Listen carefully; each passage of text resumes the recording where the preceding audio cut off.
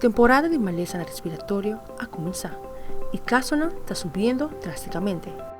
The present vaccination rate is similar to previous years, but it's still running below what it did prior to COVID. Vacunação para gripe, influenza e COVID-19 é importante para prevenir maleza severo.